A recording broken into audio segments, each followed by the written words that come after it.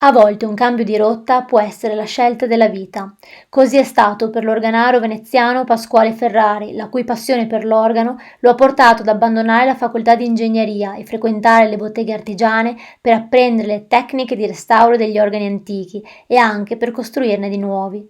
Un mestiere il suo che porta avanti con soddisfazione da oltre 30 anni. Io ero sempre appassionato alle cose tecniche e anche alla musica e avendo un fratello musicista appassionato e suonatore, mi sono appassionato al lato tecnico e quindi alla costruzione. Quindi fin da ragazzo ho cercato di andare a vedere gli strumenti, di capire come erano fatti e di potermi avvicinare a dei costruttori che mi potessero spiegare le cose che non sapevo.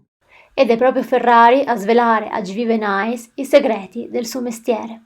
Queste sono le forme, ecco, sulle quali si stirano le canne per i restauri o anche le canne nuove vengono formate, arrotolate sui mandrini che sono questi.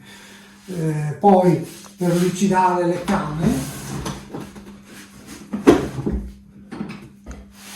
si usano le lunette, che sono gli attrezzi con i quali viene levigato il metallo e lucidato il metallo della canna.